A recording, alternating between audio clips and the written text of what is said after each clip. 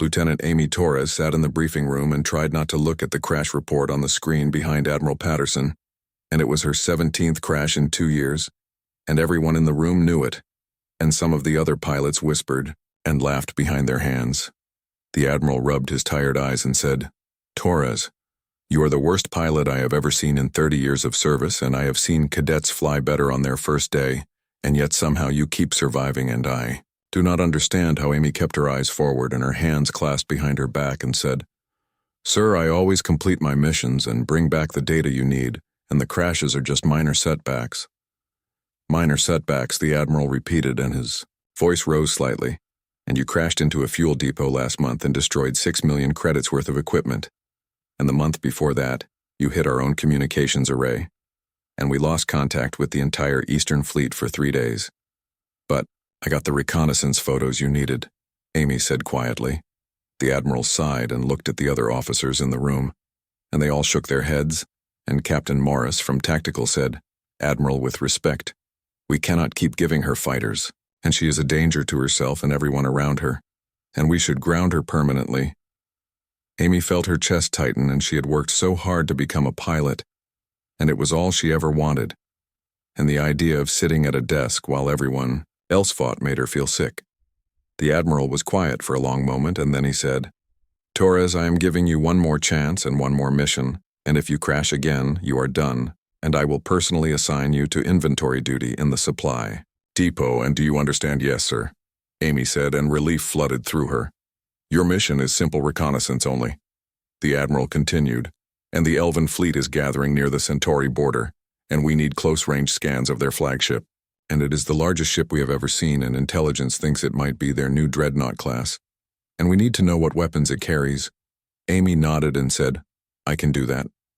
"Sir, no combat," Morris added firmly, "and just fly close enough to get the scans and then get out, and do not engage the enemy, and do not try anything heroic, and absolutely do not crash into anything." "I will try my best," Amy said. "That is what worries me." Morris muttered. 2 hours later, Amy climbed into her fighter and ran through the pre-flight checks, and everything looked good, and the mechanics had given her one of the newer models, and it had better shields and faster engines, and she told herself this time would be different, and this time she would not crash. The launch bay doors opened, and she fired her thrusters and shot out into space, and the stars spread before her like scattered diamonds, and she felt the familiar rush of joy that came with flying. And up here, away from gravity and atmosphere, she felt free. Her radio crackled, and Morris' voice came through and said, "Torres, you are clear to proceed to Navigation Point Alpha, and remember, this is reconnaissance only. Understood?" Amy replied, and she plotted her course toward the Centauri border. The flight took 3 hours, and she spent the time reviewing everything she knew about Elven ships, and they were massive vessels, built from a strange mixture of metal and organic crystal, and they had shields that could absorb energy weapons, and their hulls could repair themselves, and worst of all, they carried dragons, and real living dragons that bonded with Elven pilots and fought in space like ancient legends come to life. Amy had seen a dragon once during a battle near Proxima Station, and it had been huge and covered in silver scales, and it had breathed fire that burned in the vacuum of space, and she had watched it tear apart 2 human fighters before her squadron retreated, and the memory still gave her nightmares. She reached the border and switched her fighter to stealth mode, and the engines quieted and her ship became almost invisible to sensors, and she drifted forward slowly and scanned the area ahead. There it was. The Elven flagship hung in space like a floating city, and it was easily 5 times the size of the largest human carrier, and its hull glowed with soft blue light, and Amy could see hundreds of smaller ships moving around it like fish around a whale, and the whole fleet seemed to pulse with strange energy. She activated her scanning equipment and moved closer, and her hands were steady on the controls, and she was being so careful, and for once everything was going perfectly. Then the alarm screamed. 3 Elven fighters had detected her, and they broke formation and accelerated toward her position, and their weapons charged, and Amy saw the energy building on their wings. She cursed and slammed her thrusters to full power, and the fighter leaped forward, and she twisted hard to the right, and one plasma bolt missed her by meters, and the heat washed over her shields. Her radio erupted with Morris' voice, and he was shouting and demanding to know what was happening, and she ignored him and focused on flying. 2 more fighters joined the chase, And now there were 5 behind her, and they were faster than her ship, and gaining quickly, and Amy pushed her engines past the safety limits, and the temperature gauges climbed into the red zone. She dove under the elven flagship and used its massive bulk as cover, and the fighters followed, and their shots hit the flagship shields and created ripples of light. And somewhere inside that ship, alarms were probably screaming. Amy came out the other side and tried to turn toward open space, but one fighter anticipated her move and fired, and the plasma bolt struck her port engine and it exploded, and her fighter spun out of control. She fought the controls and tried to stabilize, but nothing worked, and her ship tumbled through space, and she was headed straight for the debris field from an old battle, and chunks of broken ships and frozen bodies floated everywhere. The fighter clipped a piece of wreckage and her starboard engine died, and now she was just a falling rock with no power and no hope. And the elven fighters circled above like vultures waiting for her to die. Amy hit the emergency beacon and whispered a prayer, and watched the debris rush past her cockpit, and she was going to die here, and never make it back home, and never prove that she could be a good pilot. Then she saw a hole in the elven flagship hull on the lower port side where some lucky missile had struck during an earlier battle, and the shields were flickering around it and weak, and her dead fighter was drifting straight toward it. Amy felt something wild and reckless wake up inside her, and she used her last maneuvering thruster to adjust her trajectory and aimed for that hole, and Morris was screaming in her ear and telling her to eject. But she ignored him if she was going to crash for the 18th time. She would crash into something that mattered.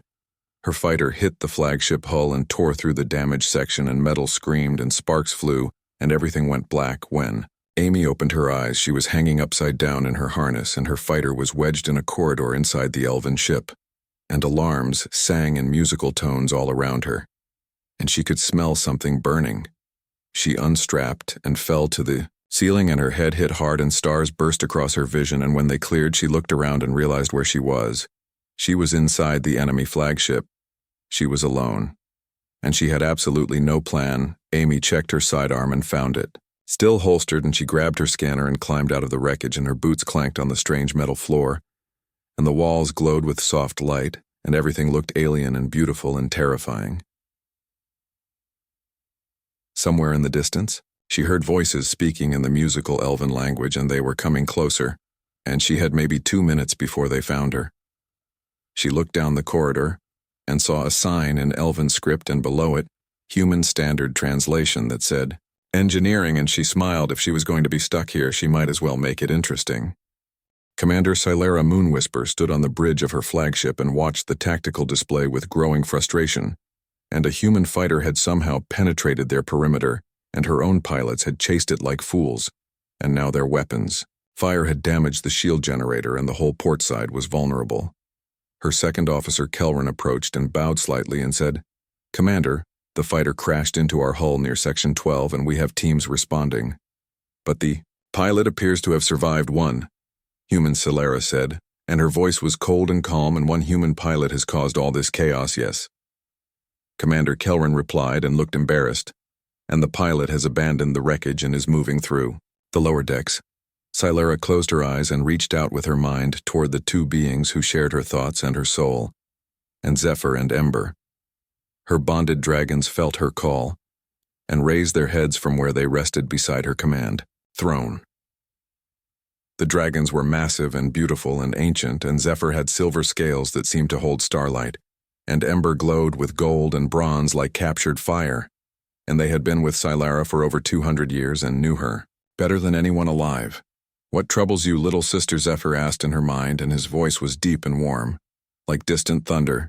"A human has invaded our home," Silera replied silently, "and I need you to find them before they damage something important." Ember stretched his wings and yawned and showed rows of crystal teeth and said, "One small human. And surely the guards can handle this." Silera opened her eyes and looked at her dragons and said, "I do not trust the guards with a human who was clever enough to breach our shields, and I need you both." The dragons rose from the throne, and their claws clicked on the metal deck, and crew members quickly moved aside and gave them space, and Zephyr nuzzled Silera's cheek with his massive head and said, "We will bring you this human alive if possible." Silera added, "And I want to know how they got aboard." The dragons launched themselves from the bridge, and flew through the wide corridors that had been built specifically to accommodate their size, and their wings scraped the walls and left glowing marks, and they followed the scent of fear and fuel and something else, something that felt wrong and right at the same time.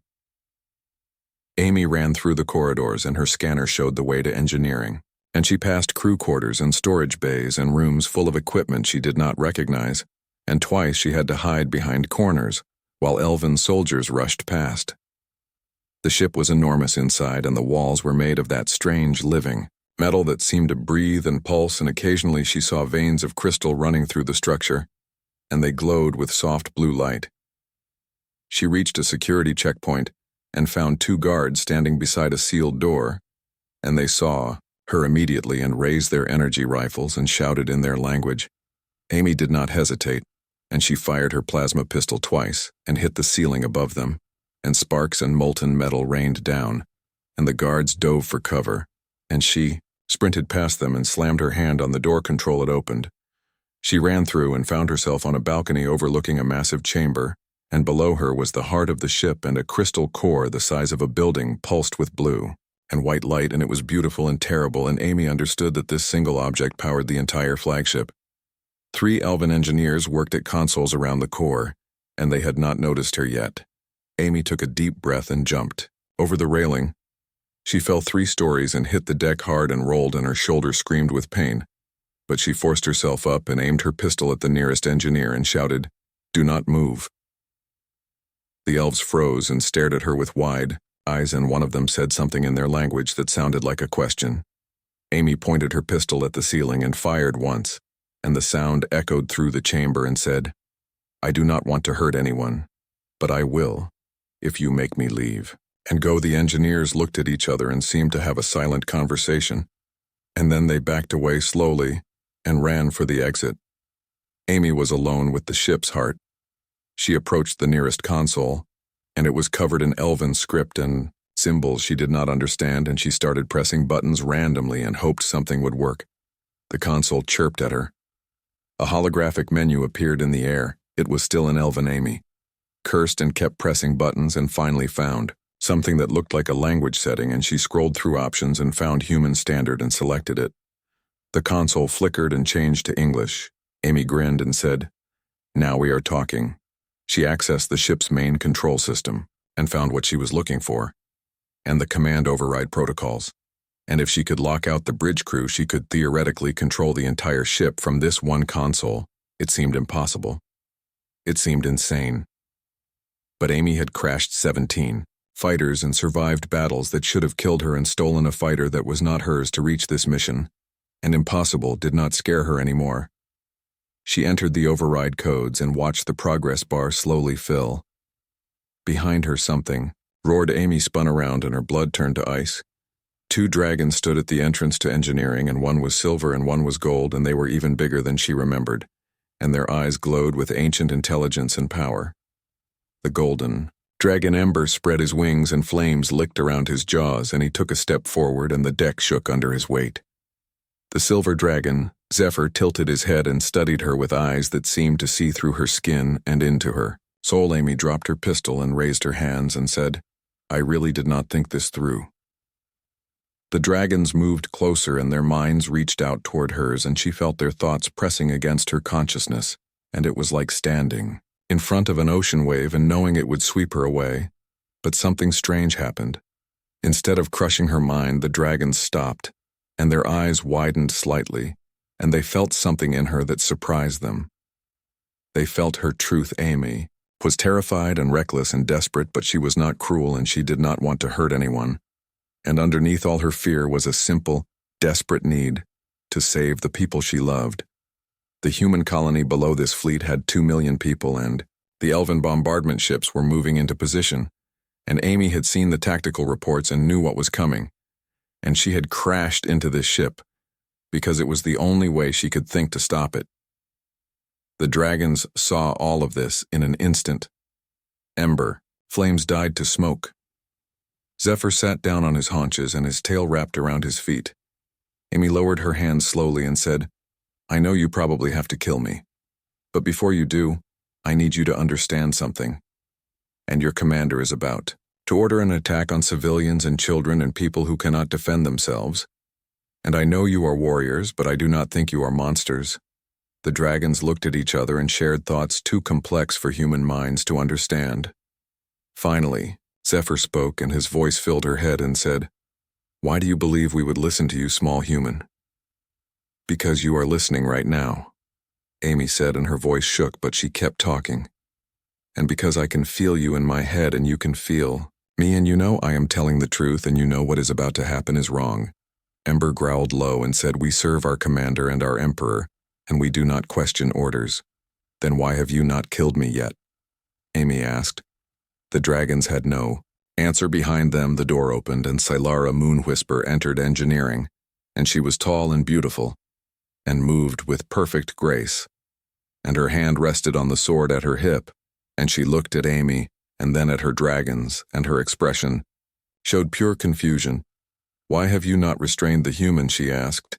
Zephyr turned his great head toward his bonded rider and said, "Because she is interesting." Silara stared and said, "Interesting," Ember added, "and she speaks truth and asks uncomfortable questions." Silara walked closer and studied Amy and said, "Who are you, Lieutenant Amy Torres?" Amy replied, "And I am probably the worst pilot in the human fleet, and I crashed into your ship, and now I am stealing it." Silara stopped and blinked and said, "You are stealing my flagship." Amy nodded toward the console behind her where the progress bar had reached 80% and said, "Yes, and in about 2 minutes I will have complete control, and I am going to use your ship to stop the bombardment of the colony below." Silara hand moved to her sword and said, "You cannot be serious." Amy met her eyes and said, "Your emperor ordered you to kill 2 million civilians, and I am very serious about stopping that." The elf commander was quiet for a long moment, and then she said, "What makes you think you can fly this ship and you crashed into it?" Amy shrugged and said, "I am much better with big ships, and also your dragons seem to like me." Silara looked at Zephyr and Ember and felt their thoughts and their curiosity and their growing doubt about the orders they had been given. And she realized something had changed, and her dragons were questioning her for the first time in 2 centuries. Silara looked at the human woman standing in her engineering bay and felt the world shifting beneath her feet in ways she could not fully understand. And this small human had crashed into her ship and somehow convinced her ancient dragons to hesitate, and now stood calmly talking about stealing a flagship as if it were the most natural thing in the galaxy. She drew her sword, and the blade sang as it left the scabbard, and it glowed with the same blue light as the crystal core, and she pointed it at Amy and said, "I should kill you now for what you have done." Amy did not move and said, "You should, but you will not." "How can you be certain?" Silara asked, and her voice was cold. "Because your dragons have not moved to stop me," Amy replied, "and they could have killed me the moment they entered this room, but they are sitting there watching and waiting, and I think they want to see what you will decide." Silara felt anger flash through her, and she reached out to Zephyr and Ember with her mind and demanded, "Why have you not acted?" Zephyr's thoughts came back gentle and sad and said, "Because she speaks truth, little sister. And you know it as well as we do." "What truth?" Silara snapped. "And she is an enemy and an invader. The truth about the colony," Ember added, and his mental voice rumbled like distant fire. "And the truth about what we are about to do." Silara lowered her sword slightly and said, "We follow orders, and the Emperor commands, and we obey." The dragons were silent. Amy took a step forward and said, "I read your service record before this mission, and you are First Commander Silara Moonwhisper, and you have served for 300 years and won 40 battles and saved countless lives, and you are a hero to your people." "I am a soldier," Silara said quietly. "You are more than that," Amy continued, "and you have honor, and I can see it in how your crew looks at you, and in how your dragons chose you as their rider, and someone with your experience knows the difference between a military target and murder." Silara met her eyes and said, "You know nothing about me. I know you have not killed me yet," Amy said, "and I know your hand is shaking." Silara looked down and saw that Amy was right, and her sword hand trembled slightly, and she had fought in hundreds of battles without fear. But standing here facing this impossible human and her own doubts made her feel uncertain. For the first time in decades, behind them the console beeped, and the progress bar reached 100%. Amy turned and entered the final command, and the flagship computer accepted her override codes and control. transferred from the bridge to the engineering station, and warning lights flashed all over the chamber. Solara comm device chirped and Kelrin voice came through urgent and panicked and said, "Commander, we have lost bridge control and the system shows an override from engineering. And what is happening?" Solara looked at Amy and then at her dragons and felt their thoughts pressing against hers, and they were not telling her what to do, but they were showing her what they felt and shame and doubt and a deep weariness, with endless war. She raised her comm and said, "Kelrin, stand down. And this is my order, Commander." The officer replied. And confusion filled his voice and the human has taken control. "I am aware," Solara said, and she ended the transmission. Amy stared at her and said, "What are you doing?" Solara sheathed her sword and walked to the console beside Amy and said, "I am making a choice and show me what you plan to do." Amy pulled up the tactical display, and it showed the elven fleet surrounding the human colony, and the bombardment ships were charging their main weapons, and in 10 minutes they would open fire, and 2 million people would die. "I want to move your flagship between the colony and the bombardment fleet," Amy said. "And if your ship shields are in the way, they cannot fire without hitting you first. And that should buy enough time for the human fleet to arrive." "It is a good plan," Solara admitted, but the Emperor will order the other ships to destroy us." "I know," Amy said quietly. "And I am sorry for what Solara asked, for asking you to betray everything you know." Amy replied, but I could not think of another way." Solara was quiet for a moment, and then she said, "My grandfather told me something when I was young, and he said that honor is not about following orders, and it is about doing what is right, even when it costs everything." She entered her command codes into the console and said, "I am taking control of this vessel alongside you, and together we will stop this attack." Amy felt relief wash through her and said, "Thank you. Do not thank me yet," Solara replied, and her voice was grim. "And when this is over, we will both probably be dead." The two women worked together, and Amy handled the power distribution, while Solara managed the navigation, and the ship began to turn, and its massive bulk moved slowly through space. On the bridge, Kelrin and the other officers watched their consoles in confusion and tried to understand what was happening.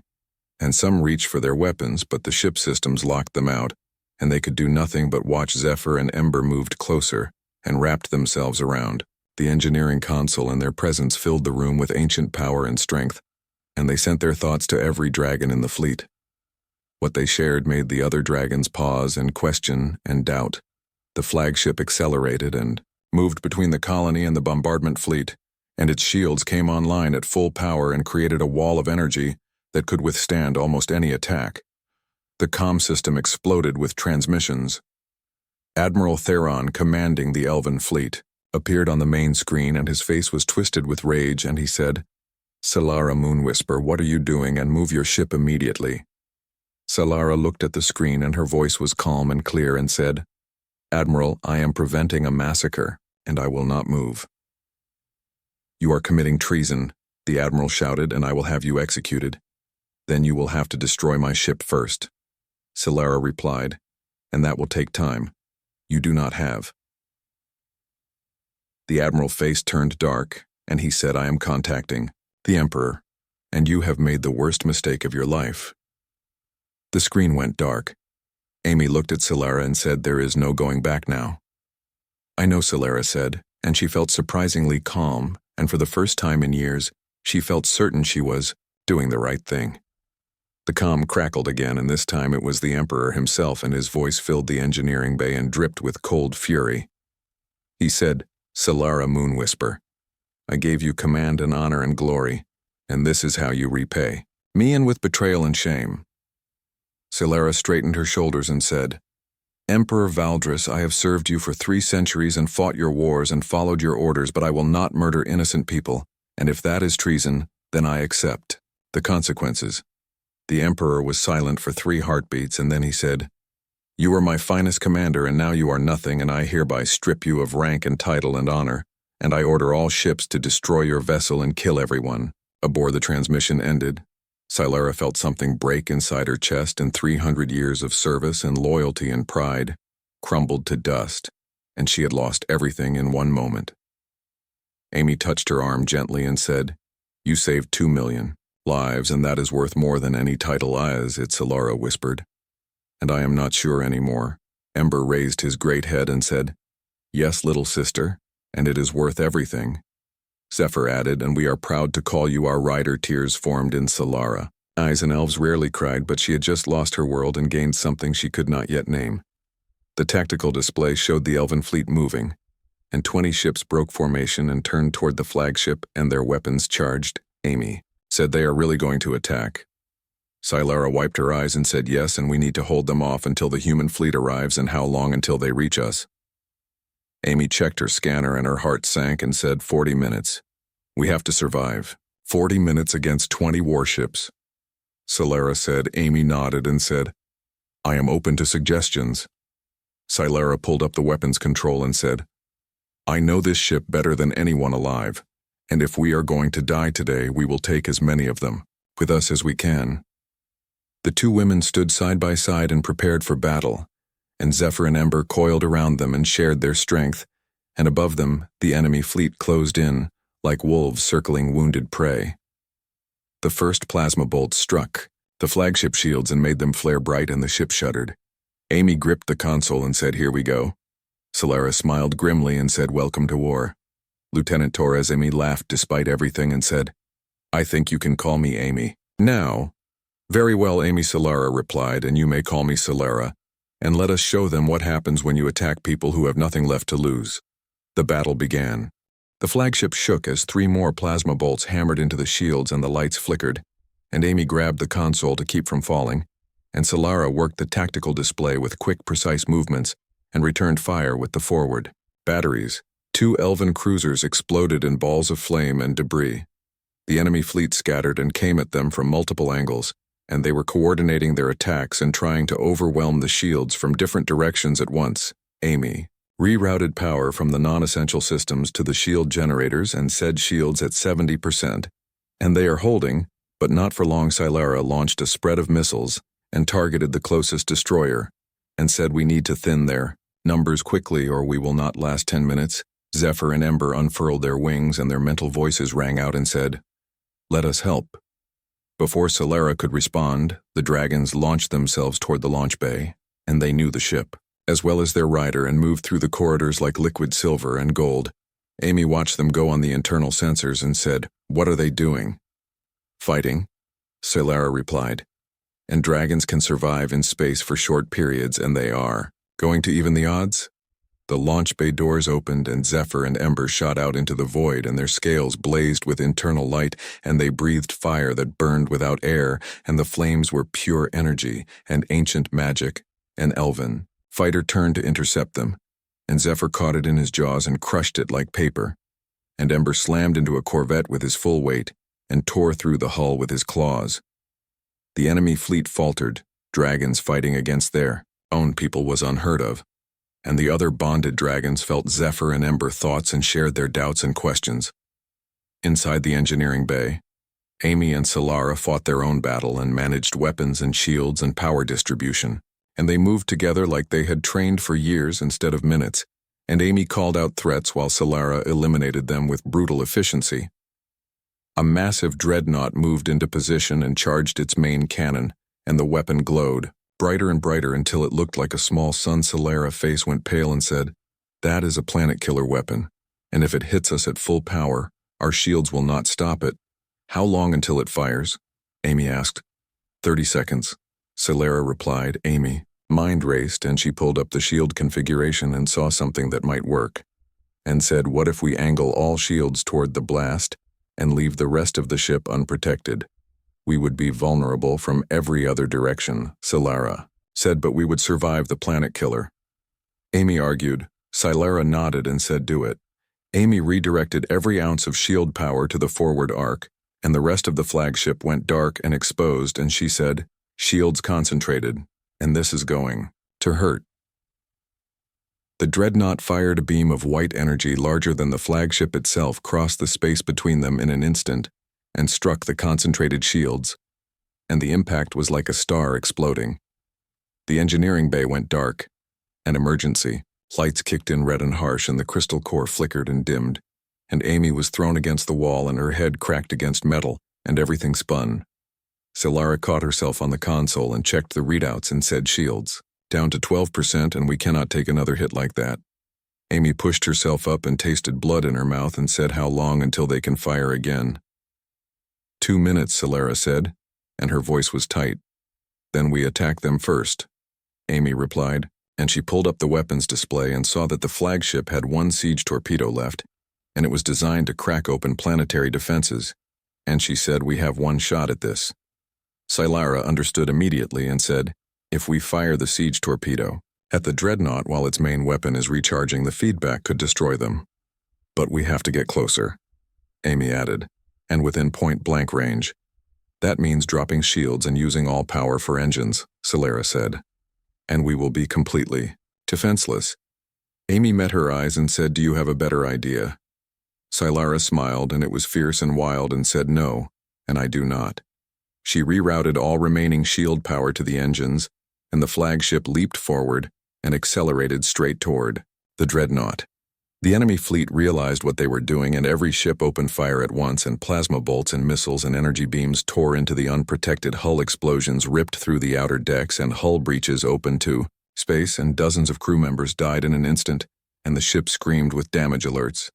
Amy ignored them all and focused on the dreadnought growing larger in the viewport and said 10 seconds.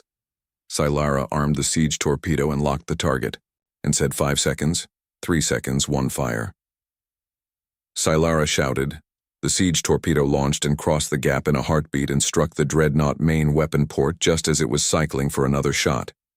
The explosion was magnificent and terrible. The dreadnought core went critical and detonated, and the shockwave tore the massive ship apart and sent fragments spinning in every direction, and 3 nearby cruisers were caught in the blast and destroyed.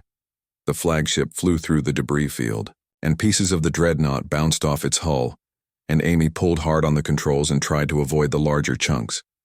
Behind them, the enemy fleet pulled back and regrouped, and they had lost 5 ships, and the dragons were tearing through.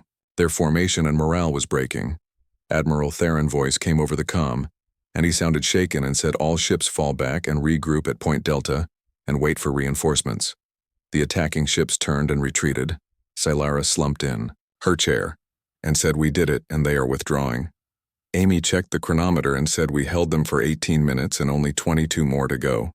Both women started laughing, and it was the slightly hysterical laughter of people who had just survived certain deaths. Zephyr and Ember returned to the ship and landed in the engineering bay, and their scales were scorched and smoking, and they had taken damage, but they were alive and fierce and proud.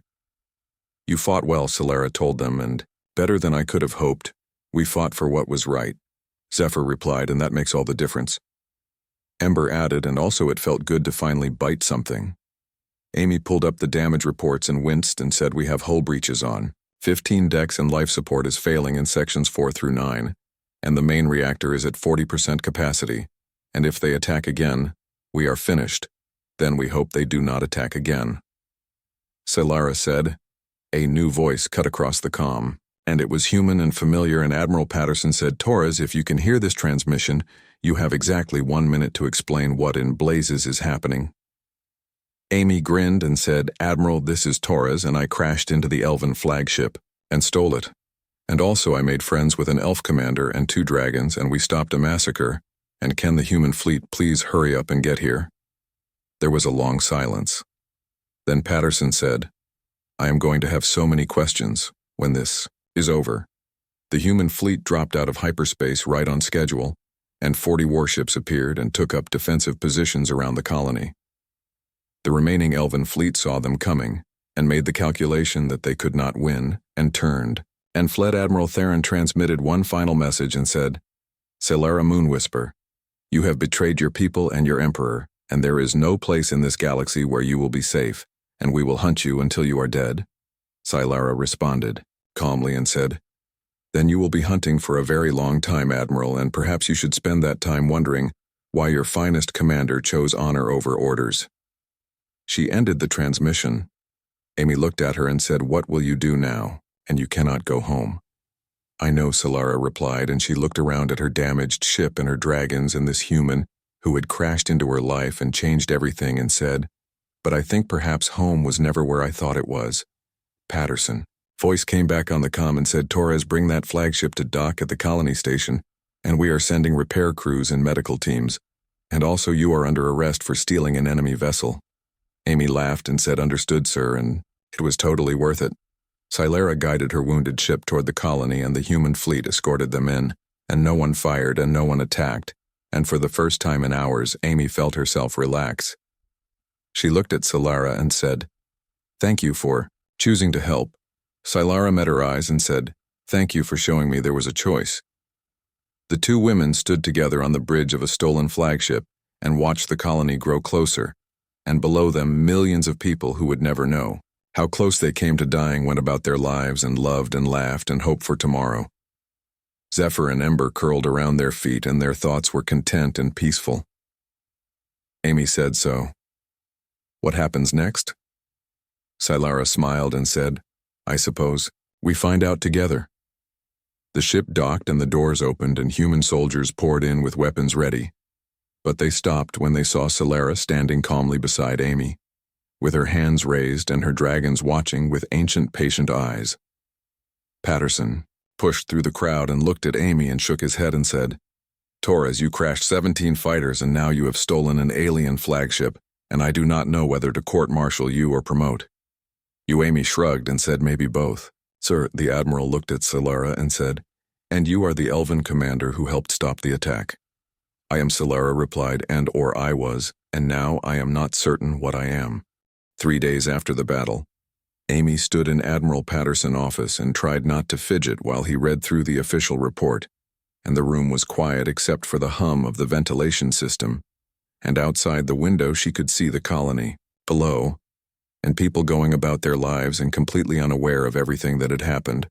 Patterson finally looked up and said, this is the most insane thing I have read in my entire career, and you crashed into an enemy flagship and convinced their commander to commit treason and stole a warship and declared war on an emperor. When you put it like that, it sounds worse than it was. Amy replied, it sounds exactly like what it was, the Admiral said, but his eyes were not angry, and they were tired and maybe a little proud, and the council wants to give you a medal. Amy blinked and said, a medal? For exceptional bravery and creative thinking, Patterson said. And also they want to use your story for recruitment, and apparently crashing 17 fighters and then stealing an alien flagship is very inspiring to young pilots. I would rather not be famous, Amy said quietly. Too late, Patterson replied, and you and Commander Moonwhisper are all over the news feeds and people are calling you the worst pilot who saved the galaxy. That is embarrassing, Amy muttered. The Admiral leaned back in his chair and said, how is our elven guest doing? Silera is adjusting, Amy said, and she has been helping our engineers understand her ship, and apparently, the flagship has technology we have never seen before, and she is being very cooperative because she has nowhere else to go. Patterson said, and it was not a question. Amy nodded and said the Elven Empire has declared her a traitor and put a bounty on her head, and every elven ship in the galaxy is looking for her, and her dragons, the Admiral added, Zephyr and Ember are with her always. Amy replied, and they refuse to leave her side, and I think they are the only reason she has not completely fallen. Apart, Patterson was quiet for a moment and then said, we received a transmission from Emperor Valdris 2 hours ago, and he is not happy. What did he say? Amy asked. He demanded that we return his flagship and surrender Commander Moonwhisper for execution, and he said if we refuse, he will consider it an act of war against the entire Elven Empire. Amy felt cold spread through her chest and said, what did the council say? They told him no. Patterson replied, and his voice was firm, and we do not hand over. People who saved our citizens and Silera Moonwhisper is under our protection. The Emperor will not accept that, Amy said. I know, Patterson agreed, and which is why I am assigning you and Commander Moonwhisper to a new mission. Amy straightened and said, what kind of mission, sir? The kind that keeps you both alive. The Admiral said, and the Emperor knows where Silera is right now, and he will send assassins and battle fleets and everything he has to kill her, and the safest place for both of you is out there in deep space where no one can find you. You want us to run, Amy said. I want you to survive, Patterson replied, and also, I want you to do something useful while you are out there, and we have reports of other Elven commanders who are having Doubts about the Emperor and who watched what you and Silara did and are asking questions. You want us to find them, Amy said, and understanding dawning. The Admiral nodded and said, if we can convince more Elven officers to defect, it could change the balance of power and maybe even end this war without more bloodshed, and you and Silara are proof that humans and elves can work together. That is a lot of pressure, Amy said. You crashed into an enemy flagship, Patterson replied, and I think you can handle pressure. Amy smiled despite herself and said, when do we leave tomorrow morning, the Admiral said, and we are giving you a small, fast ship and a crew of volunteers who understand the risks, and Silara will navigate, and you will command. Me, Amy, said shocked, and I am the worst pilot in the fleet. You are also the one who did the impossible, Patterson said, and that is the kind of officer I need for this mission. 2 hours later, Amy found Silara standing in the observation deck of the colony station and looking out at the stars, and the elf woman seemed smaller somehow and less confident, and she had lost her command and her home and everything she had known for 3 centuries. Amy approached quietly and said, I heard you have been spending a lot of time here. It helps me think. Silara replied without turning around, and out there among the stars I feel less trapped. Amy stood beside her and said, Patterson gave us a new assignment. I know, Silara said, and he told me as well, and you are to command, and I am to assist. How do you feel about that? Amy asked. Honestly, Silara said, and turned to face her, and I am relieved, and I do not know if I can command again after what I did, and every decision I make now feels weighted with doubt. You made the right choice, Amy said firmly. Did I? Silara asked, and her voice cracked slightly, and I betrayed everything I was taught, and everyone I served with, and my people want me dead. You saved 2 million lives, Amy repeated, and that will always be the right choice. Silara looked away and said, my grandfather used to tell me about the old days and before the Empire became what it is now, and he said we once believed that honor meant protecting the weak and showing mercy, but somewhere along the way we forgot and we became conquerors instead of protectors. Maybe you can help your people remember. Amy suggested. Silara laughed bitterly and said, I am one elf with 2 dragons and a stolen ship, and the Emperor commands millions. You are also the most famous trader in the galaxy right now, Amy said, and people are watching what you do next. And Patterson says other commanders are asking questions, and maybe your choice gave them permission to question too. Do you really believe that? Silara asked. I believe you are braver than you think, Amy replied, and I believe we can make a difference together. Zephyr and Ember emerged from the shadows where they had been resting, and the silver and gold dragons moved to stand beside their rider, and their thoughts filled Silara's mind with warmth and support. Little sister, you are not alone, Zephyr said. We chose you long ago because we saw your heart. Ember added, and that has not changed. Silara reached out and touched their scales and felt their ancient strength flow into her and said thank you. Amy smiled and said, so will you come with me tomorrow and help me find others like you? Silara met her eyes and said yes, but I have one condition. Name it, Amy said. Teach me how you fly. Silara replied, and if I am going to be running from the Empire, I want to learn how to think like you do and how to turn disasters into victories. Amy laughed and said, I mostly just crash into things and hope it works out. Exactly, Silara said, and somehow, it always does, and I want to understand that. The next morning they stood in the docking bay beside their new ship, and it was called the Wanderer, and it was small and fast and built for long-range missions, and the crew of 12 waited inside, and all volunteers who knew the risks. Patterson came to see them off, and he shook Amy's hand and said, Stay safe out there, Lieutenant, and find us some allies. We will try. Sir, Amy replied. The Admiral turned to Silara and said, Commander, I know you have lost much, but I want you to know that you have earned the respect of every human who knows your story, and you are welcome here. Silara bowed slightly and said, Thank you, Admiral, and that means more than you know. Patterson looked at the dragons and said, And you two keep these troublemakers alive. We will do our best. Zephyr replied directly into the Admiral's mind, and he jumped slightly. Still not used to that. Patterson muttered. The 4 of them boarded the ship, and the crew greeted them with respect and curiosity, and the pilot, a young woman named Lieutenant Kelly Hayes, offered Amy the command chair. Amy hesitated and then sat down, and it felt strange to be in charge, but also right somehow, and she said, "Hayes, take us out." "Yes, ma'am," the pilot replied, and engaged the engines. The Wanderer lifted off and flew through the station doors and out into open space, and behind them the colony grew smaller, and ahead the vast darkness of the galaxy. Weighted Silara stood beside Amy's chair and said, "Where do we go first?" Amy pulled up the intelligence reports and said there is a commander named Terran Silverleaf stationed near the Andromeda border, and our sources say he has been questioning orders lately. Terran was one of my students, Silara said, and a good officer, and if anyone would listen it would be him. Then we start with him. Amy replied, and Hayes set course for Andromeda. The ship jumped to hyperspace and the stars stretched into lines.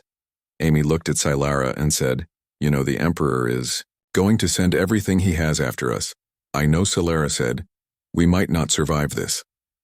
Amy added. Silara smiled and said, "I have already lost everything, and now I have nothing left to lose. And that makes me dangerous." Ember snorted smoke and said, "We are all dangerous together." Zephyr added, "And let the Emperor send his fleets and we will show him what happens when he makes enemies of those who should have been his greatest champions." Amy felt something fierce and wild wake up in her chest and said, "Then let us go start a revolution." The crew cheered. The ship flew on through the darkness. Somewhere behind them, Emperor Valdris received reports of the Wanderer launch, and he smiled coldly and ordered his best hunters to track them down and ordered his most loyal commanders to prepare for war. And he was certain that one small ship could not change anything. He was wrong. Over the following months, Amy and Silara would find 6 more commanders who chose mercy over orders and would convince 30 dragon riders to question their bonds with the Empire and would start a movement that would shake the foundations of elven society.